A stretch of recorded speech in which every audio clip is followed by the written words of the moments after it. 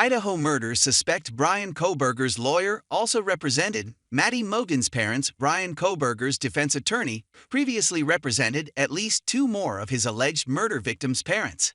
Ann Taylor, the Kootenai County public defender, has represented the families of at least two of Kohberger's alleged victims in the November 13 home invasion ambush attack that killed 4 University of Idaho students.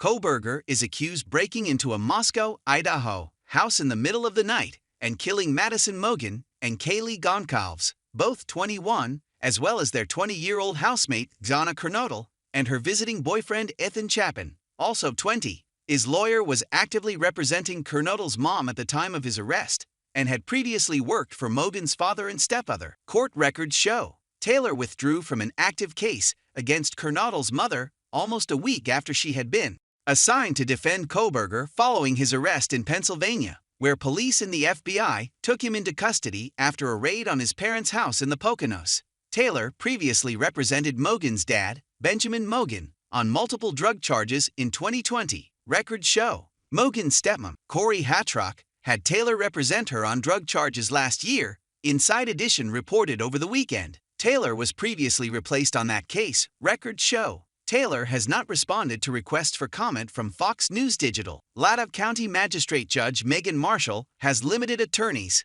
investigators, and other parties close to the Kohberger case from discussing it with the media. However, her gag order is limited to specific aspects of the case. Edwina L. Cox, a Boise-based criminal defense attorney whose high-profile clients have included the alleged cult mom murder suspect Lori Vallow, said that withdrawing from Kara Kernodle's case in particular presented ethical concerns. "I wouldn't touch that with a 10-foot pole," she told Fox News Digital. "It just doesn't seem right, especially after Kara Kernodle claimed in a televised interview that she had been blindsided by Taylor's withdrawal from her case. You have to let your clients know what's going, even if they are not fans of it," she said. "And this woman appears to not know what's going on. Bless her heart, she doesn't look like she's doing well across the board. Attorneys are tasked with making their own determinations of potential conflicts of interest," she said, "and will typically turn down a new client if they have a pre-existing relationship that presents a conflict." However, she noted, Kootenai and Latah counties are in rural areas where there are few attorneys qualified to take such a high-profile death penalty case.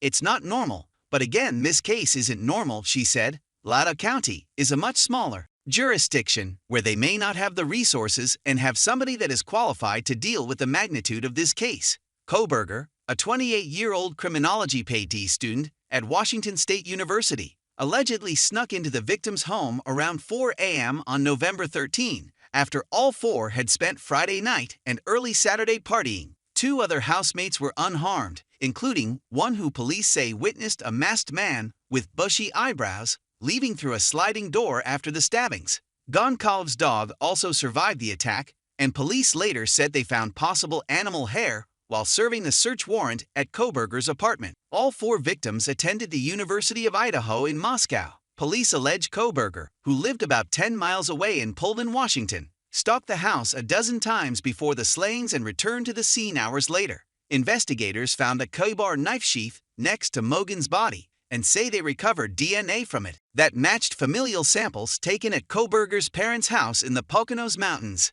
Through Taylor, Kohberger waived his right to a speedy preliminary hearing and isn't due back in court until June 26. He is expected to challenge the evidence in proceedings that could take the whole week. Prosecutors turned over hundreds of documents to the defense last week. In the meantime, he is being held without bail at the Latah County Jail.